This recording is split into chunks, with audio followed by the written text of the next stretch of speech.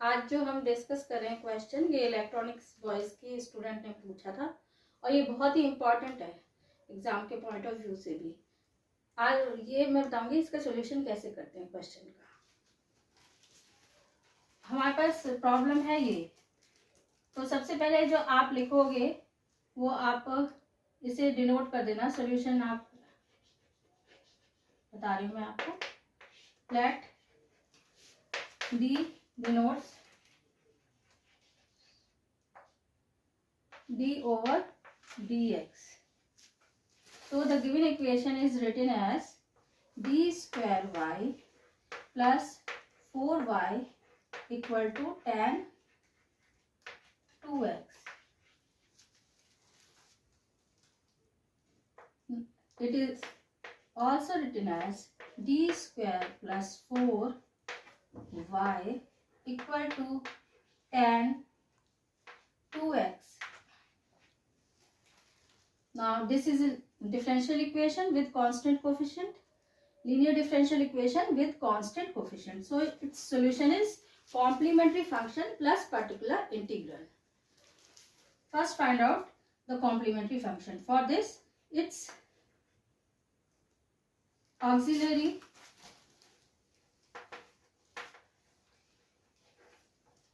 equation is d square plus 4 equal to 0. आप d square की जगह m भी लिख सकते हैं और कोई भी एक वेरिएबल ले सकते हैं एक्सेप्ट x और y. Find the root. Then d square is equal to minus 4 implies d is equal to under root minus 4. This is equal to plus minus 2i. यहाँ पे जो रूट्स हैं d के वो आ गए आपके कॉम्प्लेक्स, इमेजनरी रूट्स आए और इसका रियल पार्ट 0 है. So the complementary function is c1 cos 2x plus c2 sin 2x. सभी लोगों को बताया हुआ है अगर इमेजनरी रूट्स होते हैं तो हम कैसे कॉम्प्लीमेंट्री फंक्शन निकालते हैं. फॉर्मूला अप्लाई कर दीजिएगा. अब हम पर्टिकुलर इंटीग्रल निकालेंगे इसी का. तो कॉम्प्लीमेंट्री फंक्शन मैं कॉर्नर में लिख रही हूँ जिससे याद रहेगा, और आप क्योंकि फाइनल रिजल्ट में ये हमें लिखना पड़ेगा. तो हमारा कॉम्प्लीमेंट्री जो फंक्शन आ गया c1 cos 2x plus c2 sin 2x. अब हम पर्टिकुलर इंटीग्रल निकालेंगे. तो पर्टिकुलर इंटीग्रल के लिए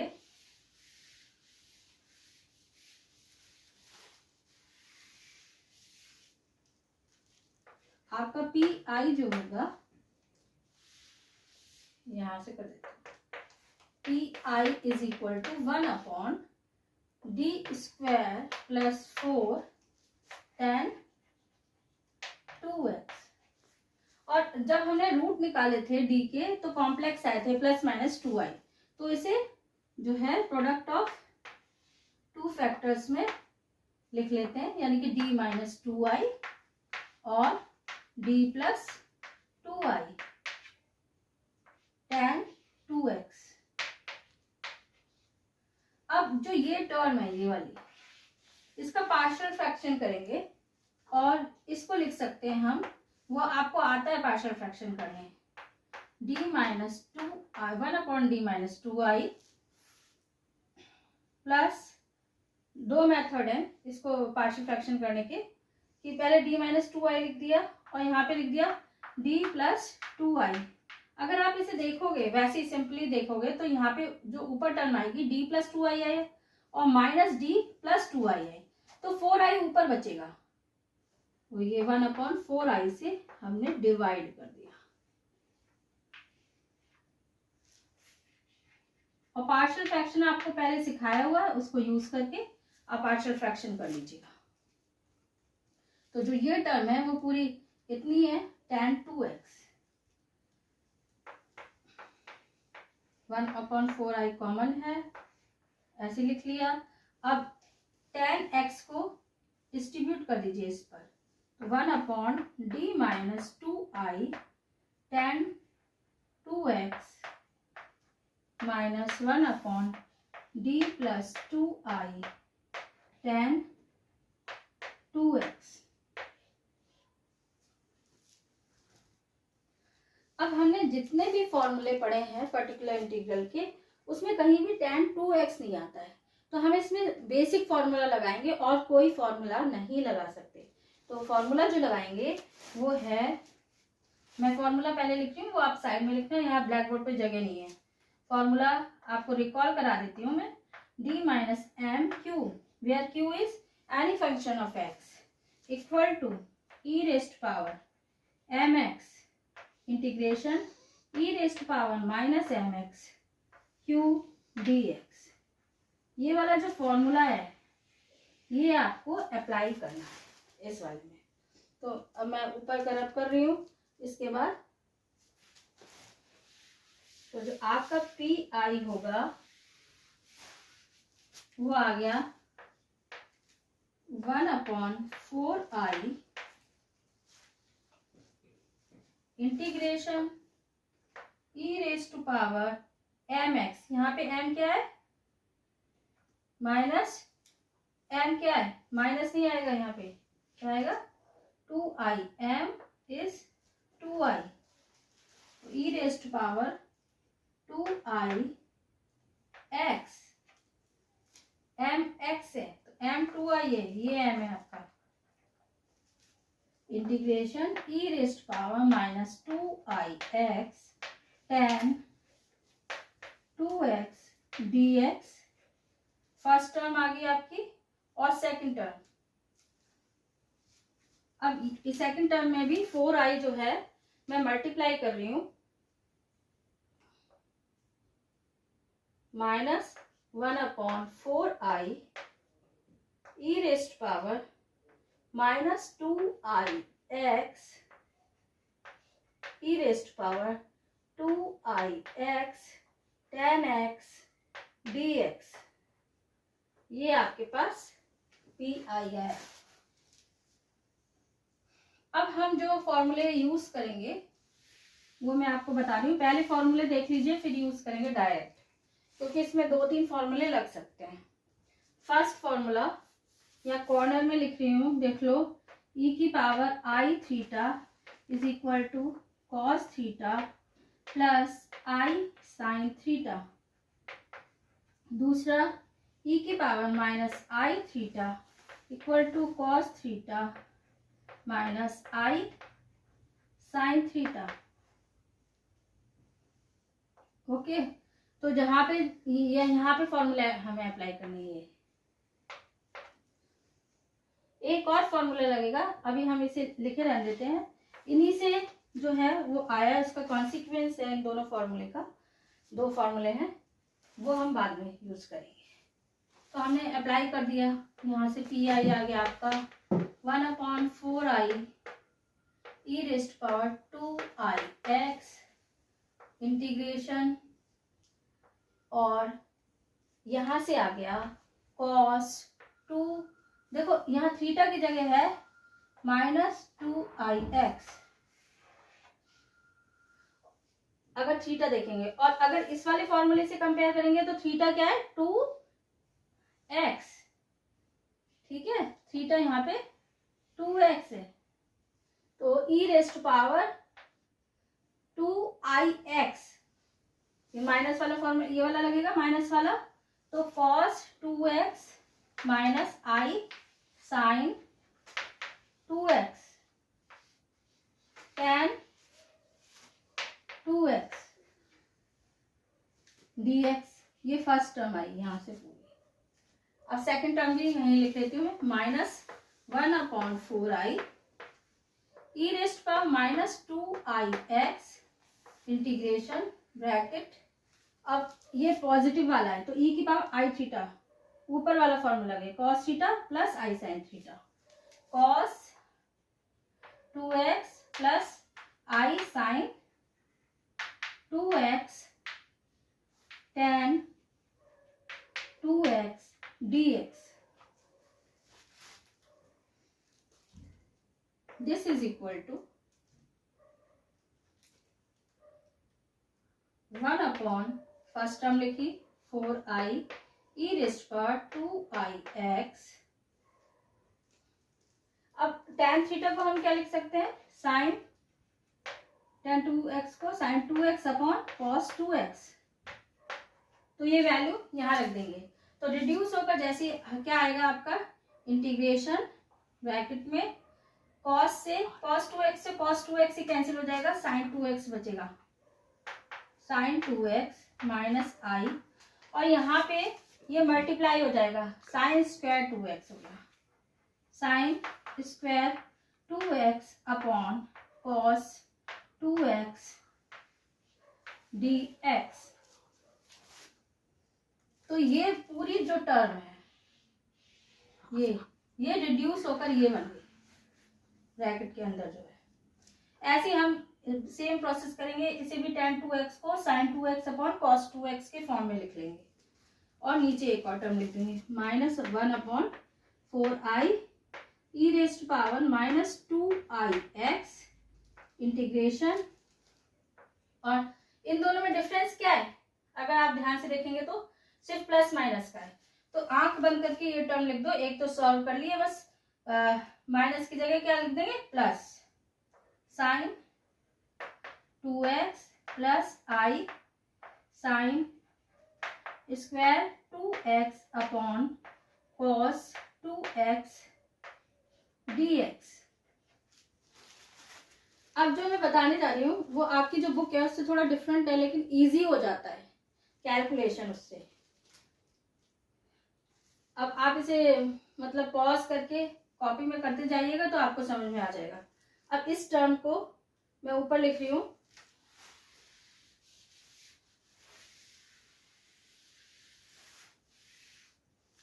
अब अगर आप नोटिस करें तो ये दोनों टर्म सेम है, यानी इंटीग्रेशन के अंदर पहले एक और स्टेप लिख लेते हैं फिर और क्लियर हो जाएगा तुम्हें। ये 1 अपॉन 4i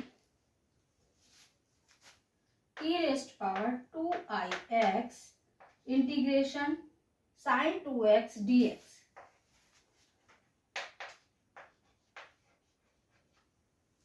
फिर दूसरी टर्म क्या आएगी, इसके साथ आएगी पूरी, यानी दिस इनटू ये टर्म। तो ये जो है 1 अपॉन 4i तो दोनों में कॉमन चल रहा है,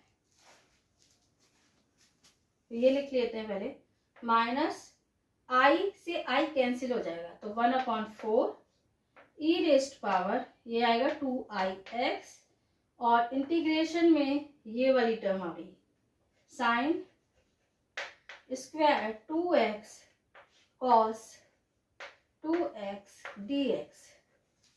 अब ये सेकंड वाली पूरी टर्म ये देखेंगे, ये इससे मल्टीप्लाई होगा तो minus 1 upon 4i e rest power minus 2ix integration sine 2x dx। फिर ये इससे मल्टीप्लाई होगा पूरा टर्म, तो माइनस से माइनस कैंसिल हो जाएगा तो minus 1 upon 4 e rest power minus 2ix integration sign square 2x cos 2x dx। ये टर्म आ गई।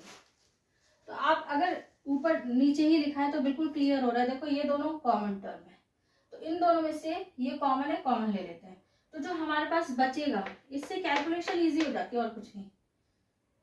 कॉमन क्या है, पहले तो इंटीग्रेशन साइन 2x और दूसरी चीज 1 अपॉन 4i, तो 1 अपॉन 4i। तो जो बीच में बचा इसके वो है e rest power 2ix minus e raise power minus 2ix। Clear हो रहा है? अगर आपको नहीं समझ में आए तो कमेंट करके पूछ लीजिएगा, आज ही क्लियर कर देंगे इसे। फिर सेकंड में ऐसे ये वाली टर्म जो है कॉमन है, तो हम इसे भी जो कॉमन टर्म है उसे अलग निकाल लेते हैं, 1 अपॉन 4 और sine integration of sine square 2x cos 2x dx, और जो बचा वो आया e rest power 2ix plus e rest power minus 2ix। अब आपका बहुत ज्यादा सिंप्लीफाई हो गया ये क्वेश्चन।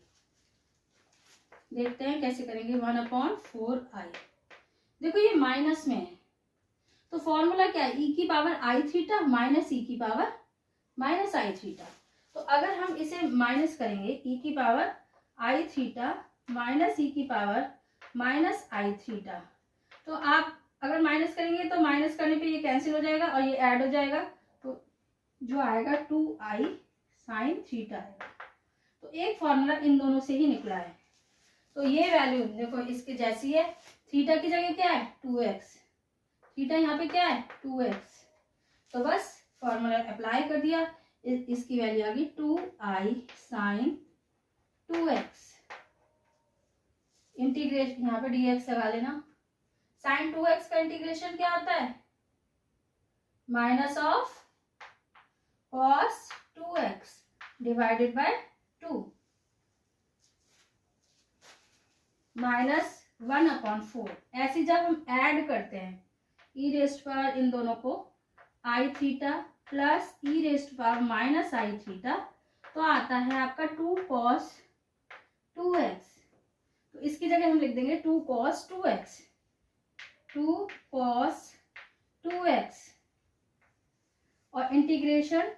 अब इसमें फॉर्मूला लगा दीजिए, साइन स्क्वायर थीटा क्या होता है 1 माइनस कॉस स्क्वायर थीटा, तो 1 minus cos square 2x upon cos 2x dx।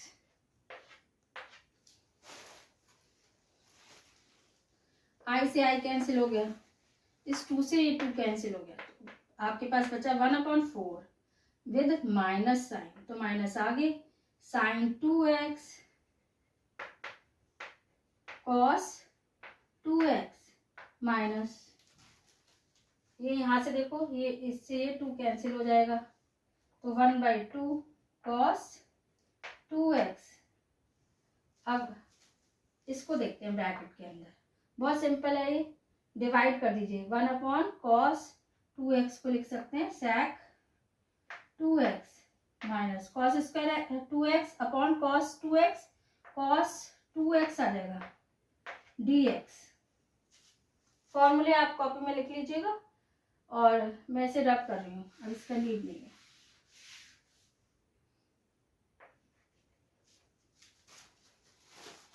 This is equal to minus 1/4 sine 2x cos 2x minus 1/2 cos 2x, और इसे अलग अलग भी लिख सकते हैं। sec 2x का जो आपका इंटीग्रेशन होता है वो 1/2 log sec theta cos theta होता है, sec theta plus tan theta होता है, तो sec 2x plus tan 2x। अब माइनस cos 2x का देखेंगे हम, cos 2x का होता है इंटीग्रेशन sin 2x अपॉन 2, तो सारा इंटीग्रेशन आपका खत्म हो गया है, 4-5 स्टेप में आपका हो गया है।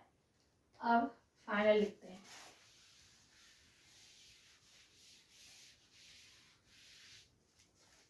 यहां से आ गया minus 1/4 sine 2x cos 2x minus 1/2। अब डिस्ट्रीब्यूट कर रहे हैं, मल्टीप्लाई कर रहे हैं सीधे इसमें, 1 देखो ये 1/2 था, ये भी 1/2 था, तो 1/2 की जगह क्या आएगा 1/4, तो पहले 1/4 लिख देते हैं। फिर cos 2x and log of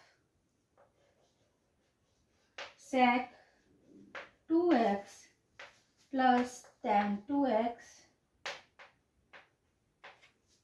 फिर अब ये जो है मल्टीप्लाई होगा इससे भी, तो 1/4 हो जाएगा, माइनस माइनस प्लस हो जाएगा, तो plus 1/4 cos 2x sin 2x, cos 2x sin 2x। अब ये देखो ये दोनों टर्म सेम है और प्लस माइनस में है तो ये कैंसिल हो गई।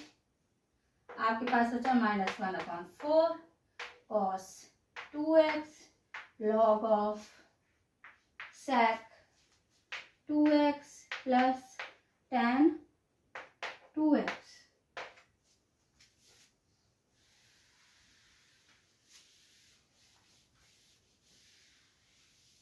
So the complete solution or general solution is y is equal to CF plus TI। CF आपने निकाला हुआ है C1 cos 2x plus C2 sin 2x and particular integral is -1/4 cos 2x log of sec 2x plus tan 2x। ये आपका answer है। ये बहुत important question है, इसे पूरा एंड तक देखो और करो। और आगे एक दो और वीडियो बना रही हूँ जिसमें एक दो क्वेश्चंस और आपको बता दूंगी बायनोमियल थ्योरम एक्सपेंशन के, जब क्यू जो है कोई भी पॉलिनोमियल हो। ओके।